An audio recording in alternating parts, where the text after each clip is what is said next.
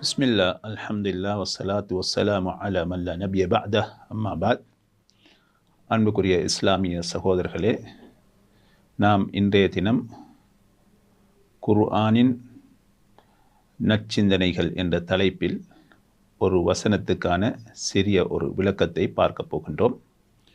அந்த வசனம் சூரத்து யூசுஃபில் இடம்பெற்றிருக்கக்கூடிய 77வது வசனம். அதனை நீங்கள் முழுமையாக குர்ஆனில் தர்ஜ்மத்து குர்ஆனில் பார்த்து கொள்ளலாம். அந்த வசனம் என்னவென்று சொன்னால், ஃபஅஸர்ரஹா யூசுஃபு ஃபீ நஃப்ஸிஹி வலம் யுப்திஹா லஹு என்பதுதான் அந்த வசனம். அப்படி என்று சொன்னால் என்ன?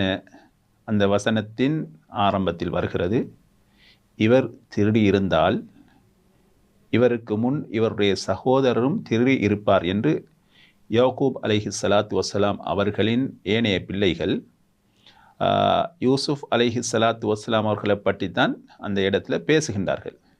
அப்போ யூசுஃப் அலைஹிஸ்ஸலாத்து வஸ்ஸலாம் அவர்களுக்கு தெரியும் அவங்களோட சகோதரர்கள் என்ன செய்தார்கள் என்பதெல்லாம் தெரியும்.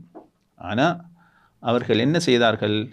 ஃபஅஸர்ரஹா யூசுஃபு ஃபீ நஃப்ஸிஹி வலம் யுப்திஹா லஹும்.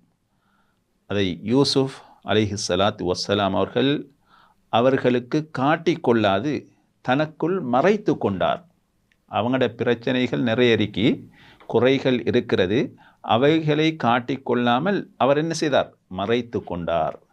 இந்த இடத்துல தான் நாம் அந்த படிப்பினை பார்க்க வேண்டும். உள்ளங்கள் இரண்டு வகை. பெரிய உள்ளம் படைத்தவர்கள், சுருங்கிய உள்ளம் உடையவர்கள். அந்த பெரிய உள்ளம் படைத்தவர்கள் தங்களுடைய அன்பு நிலைக்க வேண்டும் என்பதற்காக பல விடயங்கள் இருந்தாலும், பேச வேண்டி இருந்தாலும் அவைகளை அப்படியே உள்ளத்தில் மறைத்து கொள்வார்கள்.